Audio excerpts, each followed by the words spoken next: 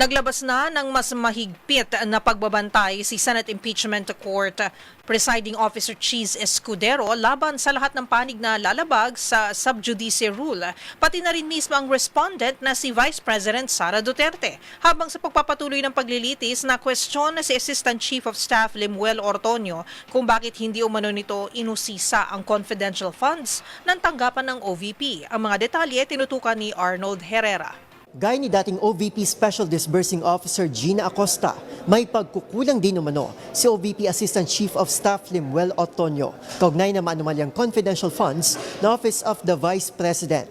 Ayon kasi kay Ortonio, nagtiwala ito sa mga paliwanag ni Colonel Raymond Dante Lachica kaugnay kung paano nga ba nagasta ang naturang pondo.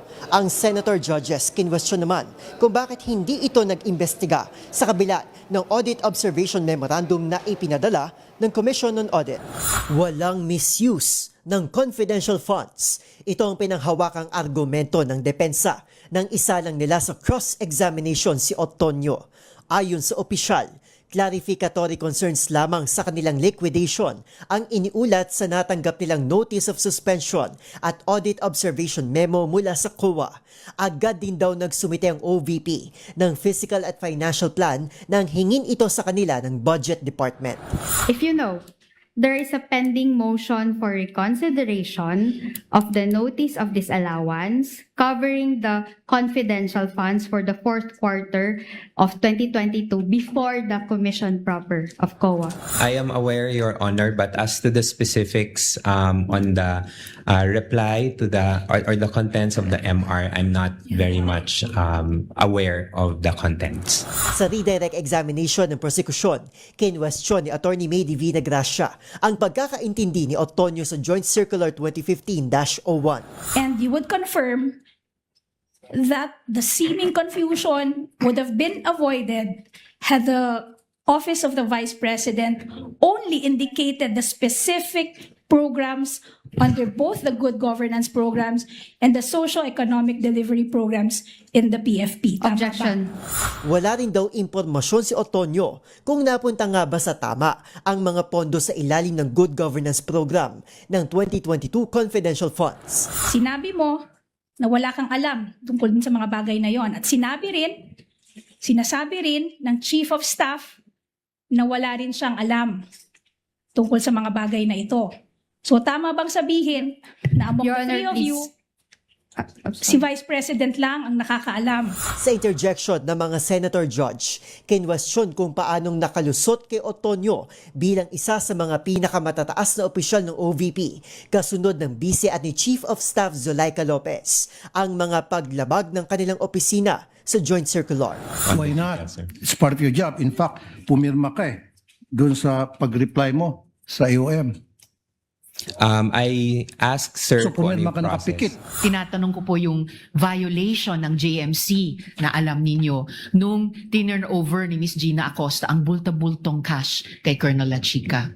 Something that I simply think should not and could not have escaped your eyes, Mr. Ortonio.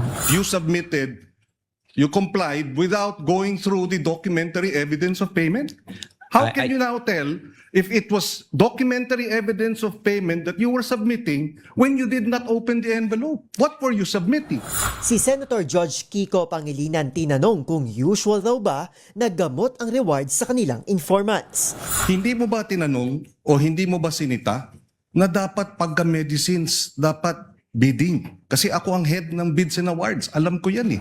Tila ni lecture naman ni Senator Judge Robin Padilla ang prosekusyon sa umunoy halaga ng paggamit ng mga alias sa acknowledgement receipts, bagay na ginawa rin daw mismo ng ating mga bayani.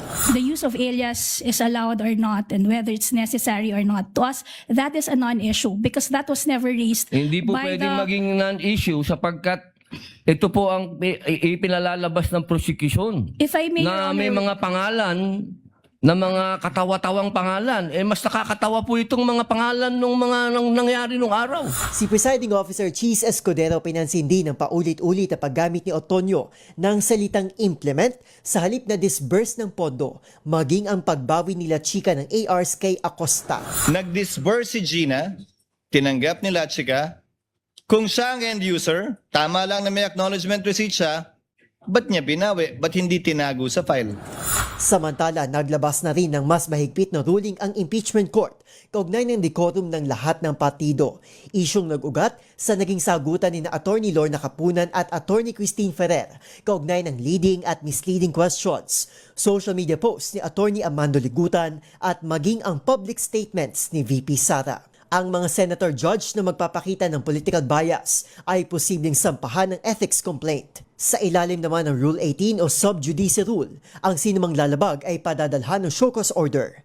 Magpapatupad din ng Korte ng two-strike policy kung saan ang unang paglabag ay may parusang public reprimand at admonition habang may multa namang 30,000 pesos sa ikalawa at mga susunod pang mga paglabag. Para sa MBC TV Network News, ito si Arnold Herrera ng DZRH TV. Una sa Pilipinas, una sa Pilipino.